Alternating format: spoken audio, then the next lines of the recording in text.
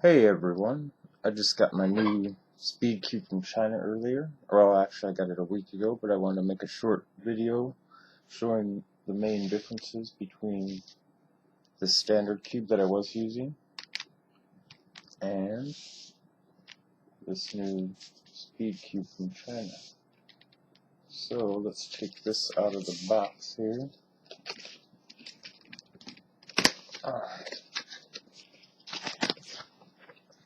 Alright, there it is. And now let's see what the main differences are between these two. I guess first thing we notice, there's no sticker or anything. This one says Rubik's Cube on it. And this one, no markings on it. Okay, I'd like to take them apart and see kind of the main differences between, let's just see what makes them tick here. So, turn this 45 degrees, like that. We want to get it nice and lined up there. Then we can pry that one out. So just pry out one of the edge pieces, 45-degree angle. Then we can take these out. Okay, you can see inside the core of that one. Let's just take it all the way apart here.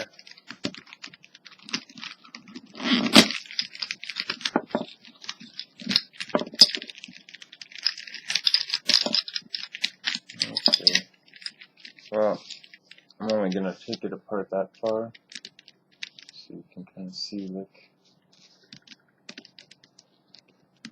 wait, there we go. There's the, let's look mainly at the armature. Okay, let's see what the Chinese speedcube looks like on the inside here. So these come apart a lot easier. This one is really smooth and well oiled. Turns a lot smoother. So the thing will probably fall apart if I just started turning it. Well, let's just take it all the way apart. We don't want to get this video too long here.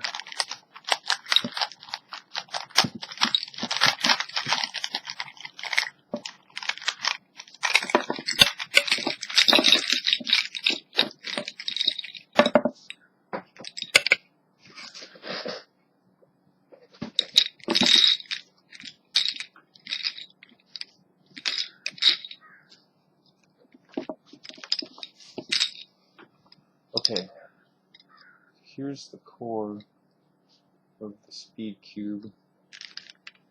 Core of the other one is pretty similar looking.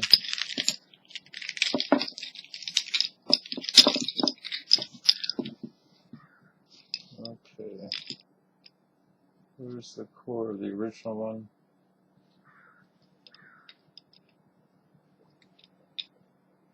And here is the core of the speedcube.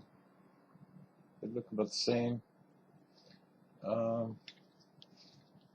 Most of these, you can pop the tops off like that, and there's a little screw in there. You can adjust the tension on them, but you could probably do that on the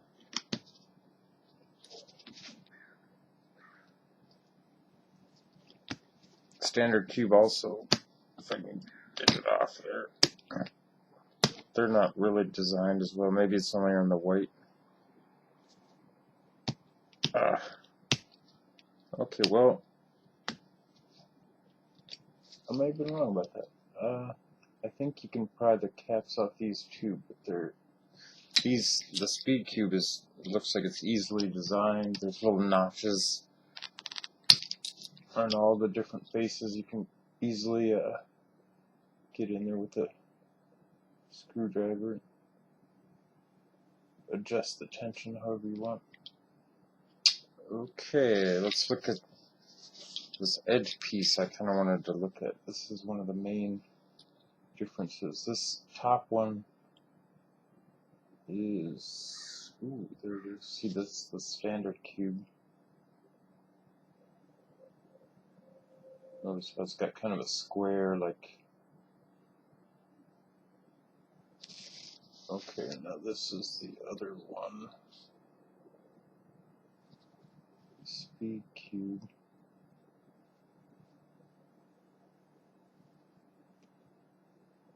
A little more of a rounder, it takes up a lot less space, but looks like it does accomplishes the same thing as the other one, but a lot less, yeah, a little sleeker design maybe than this one. Oops.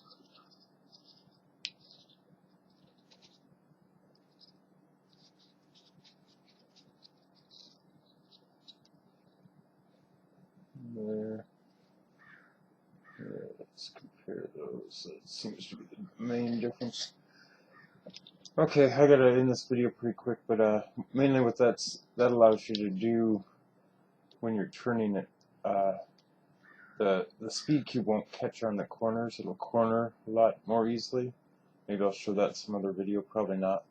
But it'll you can turn it and it won't get caught on the other corner as easily. Like if you do the transition between two moves, like say an R turn, R and a U, your U, you know, if your R is not perfect or whatever, the U's still going to go through on the speed cube, whereas it'll catch more often on your standard cube. But you guys probably already know that if you mess around with your Rubik's Cube at all, you know how it does that or whatever. Okay, thanks for watching. Have a good day.